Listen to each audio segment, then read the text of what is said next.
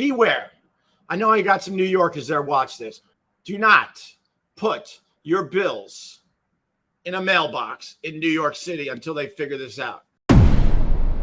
So here's the story. I had to file a police report on Friday. 2 weeks ago, I was living all nice at the ocean, enjoying my summer. But I come into New York City once a month when I'm out there for the summer, and I pay all my bills and I water some plants. So I had some bills due. I'm like, all right, I got to get these in the mail. So I put the bills in the post office box. And then I headed back to the ocean to enjoy the rest of my summer. Last week, we come back to the city, and all of a sudden, I get a phone call that someone didn't receive their bill. And I'm like, that's stupid. I mailed it a couple of weeks ago, right? So when I went online to check out what was going on, I saw that my checking account was overdrawn to the tune of $56,000. $56,000. I'm like, what the hell is this about? So then I'm looking at my checking account. I'm like, there's the check for the person that just called and said they didn't get their check. It's right there. View check. It was posted. That means it was cashed. So I hit view check. It was a check for about $10,000, and it was no longer for the person I wrote it out to. It was for a very strange person that I never saw before with sloppy handwriting. I'm like, what the hell is going on? And then I'm looking, I'm like, wait, that's the exact check number. That's my signature, but I didn't write it to this person. What is going on? And then in the memo section, it was for it, they wrote account, blah, blah, blah, some kind of weird account number. I'm like, what the hell is going on? And then there were another 3 of these online. So I hit view check. Same thing. This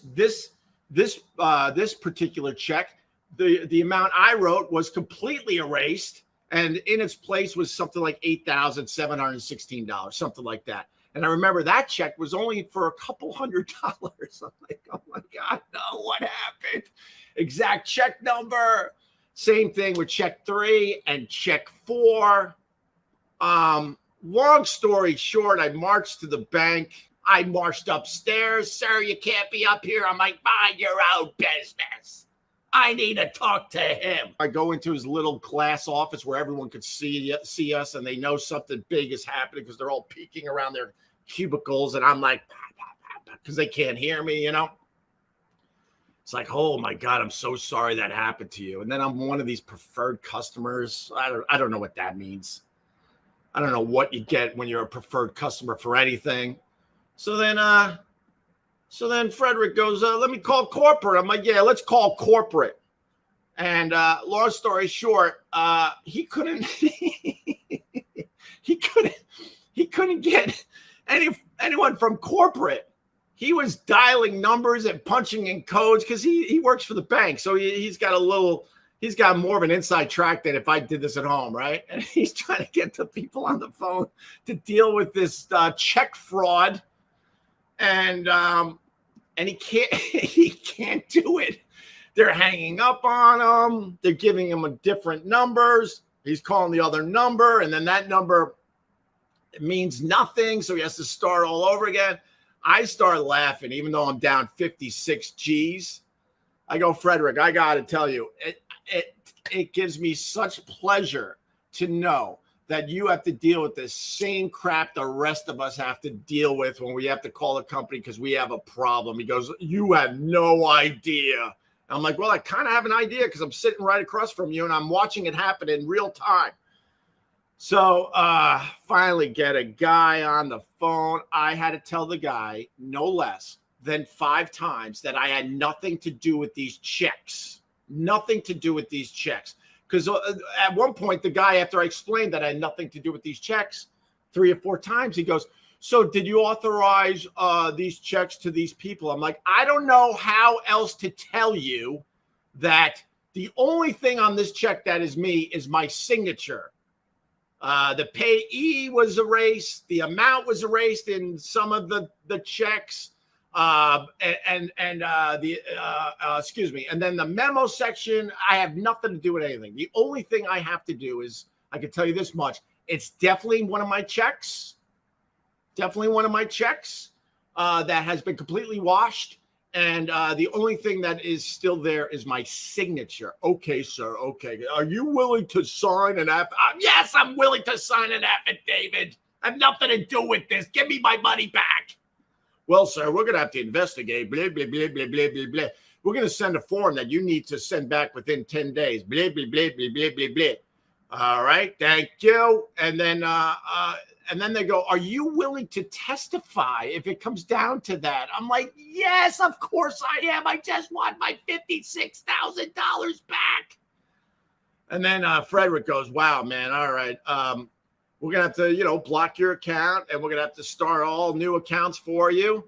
And I suggest you go to the police station and file out a police report. I'm like, I will do that, Frederick.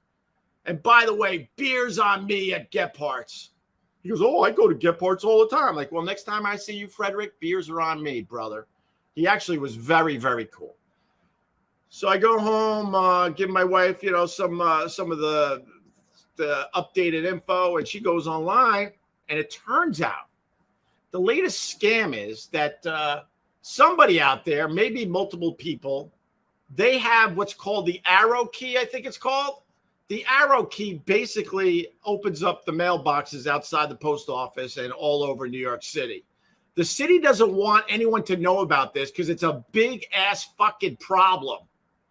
And basically what they're doing is they're opening up the mailboxes outside the post office. They're going through the mail like this, finding the checks, holding them up to the sun. Oh, here's another check, putting it in their goddamn pockets. And then they're going home and they're whooshing the checks and then redoing all the info on your check, on your hard-earned money. And it's happening a lot. We went online and saw, it happened to me on 88th and Broadway. It happened to be downtown in the Village. It happened to me uptown here on the Upper East Side. It's not an isolated incident.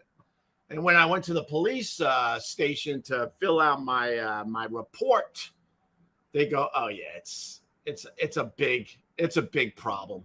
You're the third one in the last week. I'm like, oh, that's great. I go, by the way, while I'm here, are you guys ever gonna figure out and take care of the side view mirror scam in New York City? The guy started laughing at me and he goes, probably not. I go, I thought so.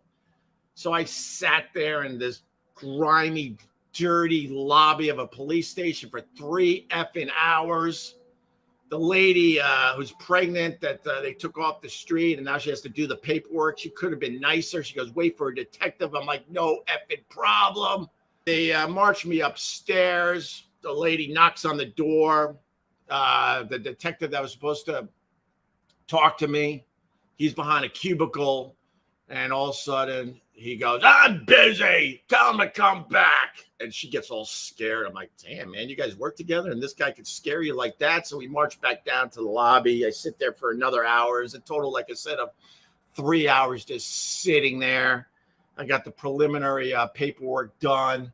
And then I see the guy come down and he looks at me. And then there was another lady there that she's dealing with some kind of grand larceny arrest or something. And the guy is like, okay, here's his stuff and we'll be in touch. And then he marches off. And then the lady that did all the paperwork with me, and all I do is see this guy who looks incredibly miserable. So you got to think, what the hell does he see on a regular basis?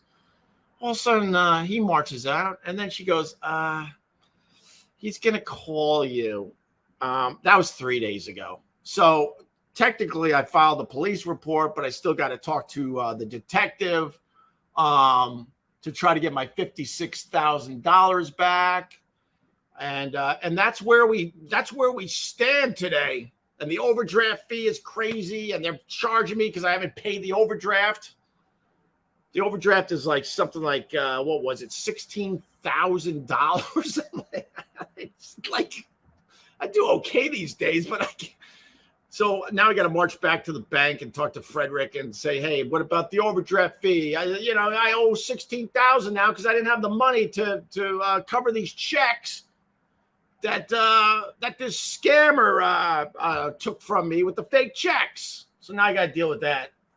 So, it was like at least 2 hours in the bank, 3 hours at the police station. I've been dealing with this for a total of 5 hours so far. And then I'm getting money wired from somewhere else. And now I got to pay all the people that never got their checks. It's just a nightmare.